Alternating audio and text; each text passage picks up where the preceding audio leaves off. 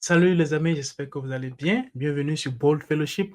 Moi, je m'appelle Stéphane Kabouré. Voilà, ici, on essaie de donner des réactions par rapport à certaines vidéos qui ont fait l'actualité ou qui font l'actualité. Et vous savez que récemment, il n'y a pas longtemps, le président, du moins le ministre des Affaires étrangères du Mali, était en Europe où il a fait un exposé sur la situation, voilà, à Bruxelles du moins, où il a fait un exposé sur la situation qui prévaut, qui a prévalu voilà, dans l'AES. Voilà pourquoi est-ce qu'il a donné certaines explications par rapport à pourquoi est-ce que l'AES a été créé, voilà, qu'est-ce qui a précédé tout cela et comment certaines choses se font, voilà, certaines pratiques se font et que l'AES voilà, va avancer, voilà, et qu'il n'y a absolument rien à faire. Donc, on va aller suivre la vidéo, un peu, on va faire des commentaires entre-temps dans la vidéo. Restez connectés. Peace.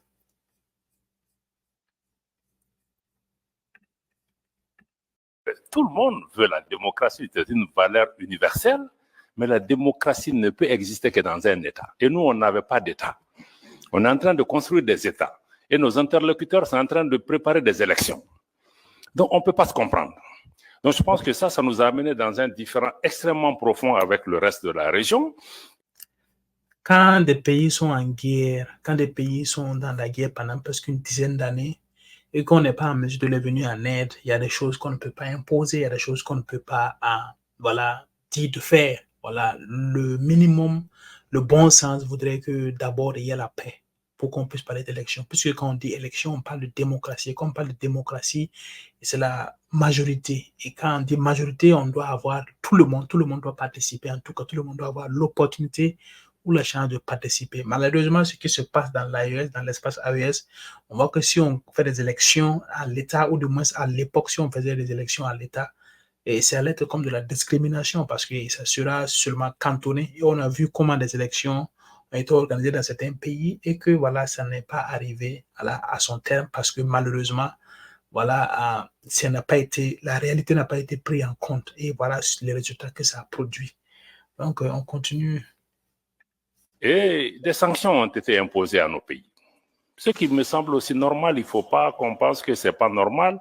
La CEDEAO a ses règles, nous en étions membres, nous avons accepté ces règles, mais la plupart de ces règles, c'est la suspension de nos organisations quand il y a des changements dits anticonstitutionnels. Yeah. Mais il y a eu des sanctions économiques et financières qui ont été imposées à ces pays sans aucune base légale. Absolument. Il n'y a aucun traité, aucun texte de la CEDEAO qui est prévu qu'on puisse fermer les frontières. Pas du tout. Jusqu'à demain. J'espère que des juristes pourront nous donner la réponse. On a utilisé l'Union économique et monétaire pour fermer nos banques centrales, pour fermer nos comptes bancaires des États, pour affamer les populations. Dans le cas du Niger, même les médicaments n'étaient pas autorisés. Ça, le cas du Niger est le cas qui m'a... Je ne veux pas dire que tous les cas ont été plus ou moins difficiles. Pour le Burkina, ça n'a pas été tellement difficile comme ça. Et pour le Mali et pour le Niger, c'était extrême. Pour le Niger, c'était le summum. C'était, je peux dire, la goutte d'eau même qui a fait déborder le vase. Je pense que c'est ça qui a incité même les pays comme le Mali, le Burkina et le Niger à se mettre ensemble pour créer l'AES, pour défendre le Mali, le Burkina a déclaré, même la Guinée, voilà, à l'époque, voilà, pour dire que non, eux, ils se désistent, ils ne sont pas pour qu'on attaque le Mali, ils sont pas, et du moins le Niger. Parce que c'est, des fois, à l'époque, j'ai fait des vidéos sur ça, je me demandais, est-ce que nos dirigeants là, ils sont pour les populations ou ils sont contre les populations? C'est comme si c'est les gens qui l'ont élu, qui l'ont mis là-bas, et puis qui les disent de faire du mal aux populations. Comment est-ce qu'un groupe d'individus fait un coup d'État et on doit punir tout le monde? À quel but? Ça ne marche pas, ça ne marche plus. Les gens ont compris, les choses ont changé.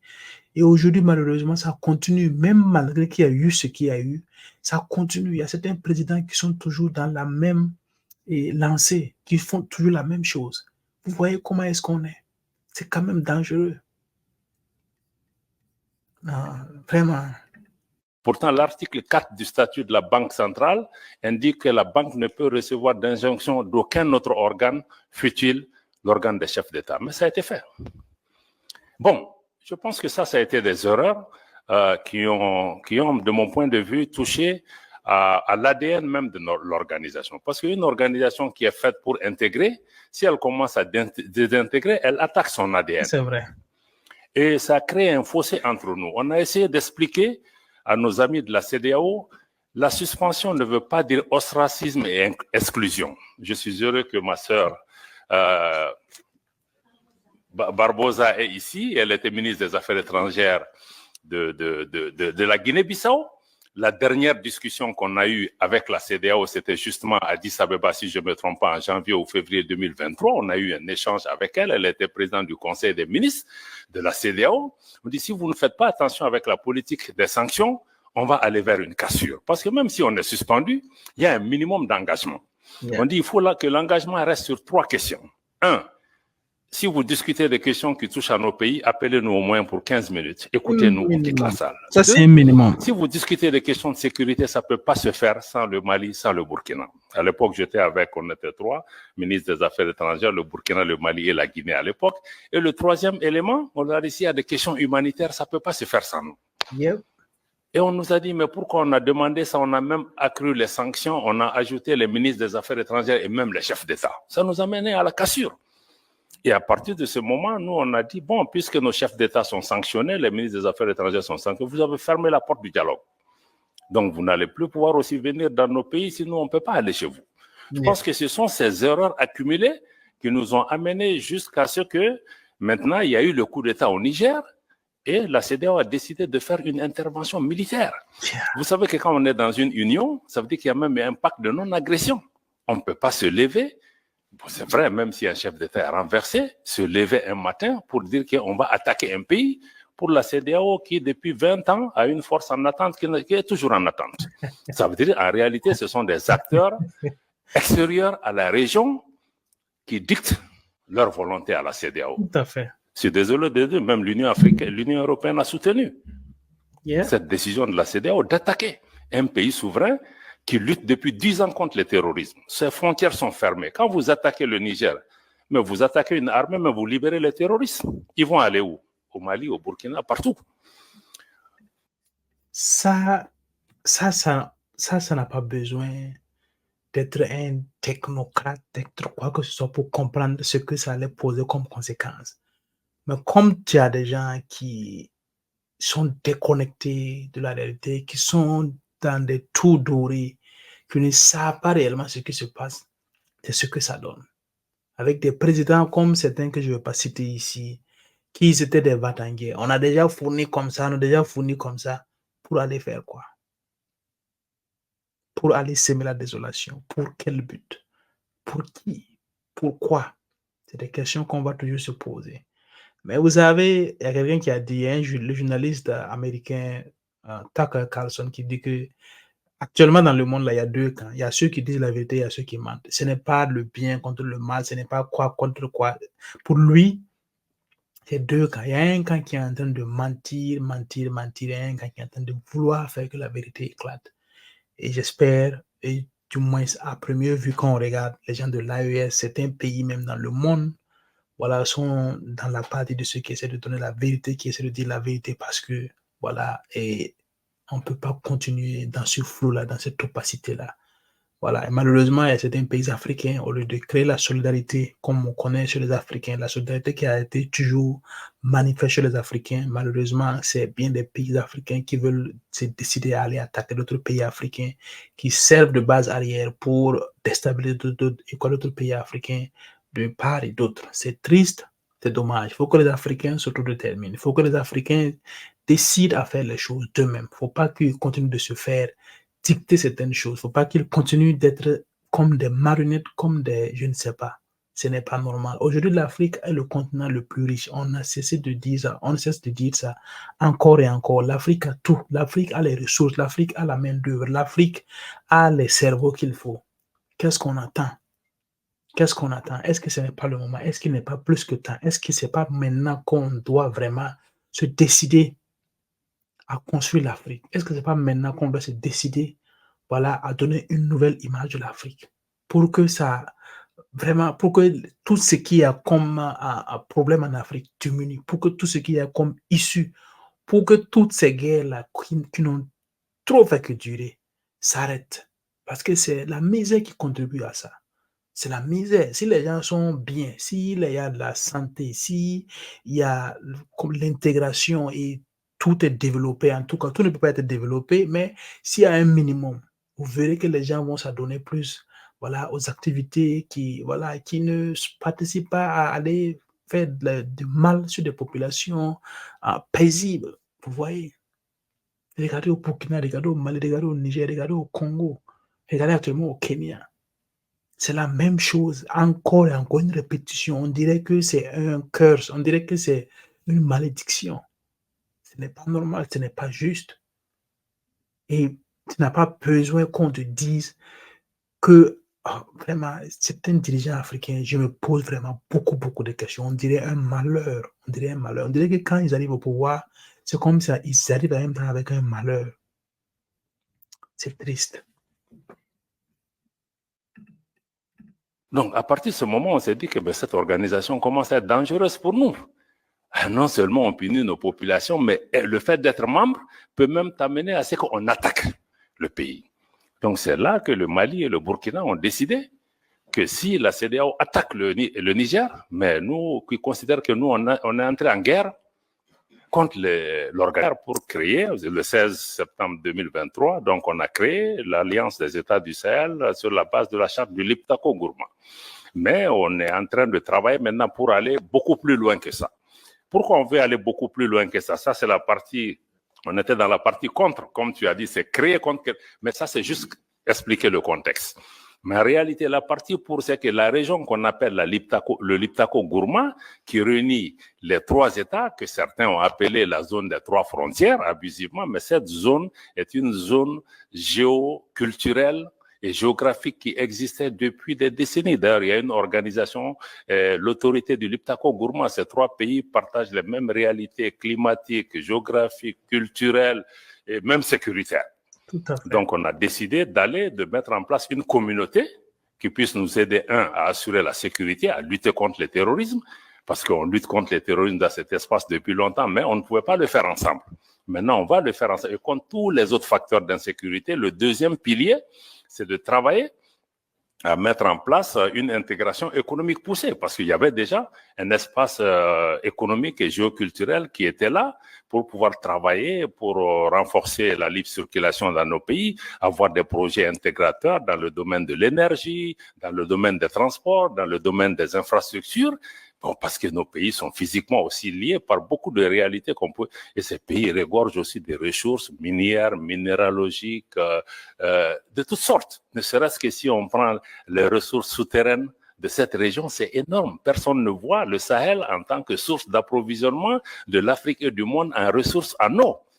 Parce qu'on J'ai beaucoup entendu beaucoup parler de ça. Ça devient beaucoup. Je ne sais pas c'est quelle quantité d'eau qu'il y a au niveau de Sahel, mais on parle que la nappe phréatique Burkina, Niger, non, Burkina, Mali, il paraît qu'une nappe phréatique en eau qui va du Mali au Burkina Faso, voilà, dans la zone de Bobo du Lasso, et que c'est vraiment énorme.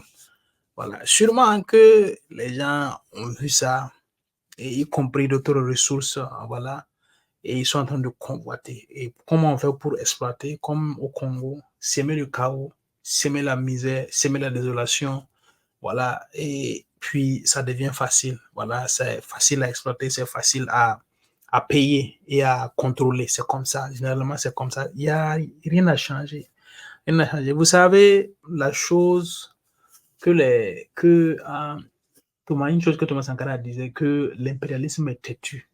Il est têtu parce que c'est la même chose, c'est la même tactique que le mal en termes, le mal, voilà, pour ceux qui sont croyants, c'est la même tactique qu'il utilise, la déception, la fourberie, la duperie, la tromperie, voilà, c'est la même tactique qu'ils utilisent, ce n'est pas différent. Donc, vous comprenez que ce n'est rien d'autre que des choses qui sont faites pour déstabiliser, pour semer le chaos, et puis pouvoir que ça chauffe pour qu'ils viennent s'imposer ou bien qu'ils viennent participer, financer, voilà, encourager pour que ça soit un chaos généralisé. Comme ça, tout est facile à brader. Voilà, on est prêt à donner peut-être quelque chose qu'on allait vendre à 1000 francs, on va le vendre à 500 francs parce que bon, C'est sans foi ni loi. C'est généralement ce qu'ils font. Bon, je ne vais pas trop aller trop dans la vidéo. C'est une vidéo qui se trouve sur la chaîne de Nathalie Niam. Vous pouvez aller suivre ça. Et il y a aussi notre chaîne, je pense que c'est quelque chose citation. Delphine citation. Elle aussi, elle a une longue vidéo de 40 minutes. Vous pouvez aller suivre sur sa chaîne aussi.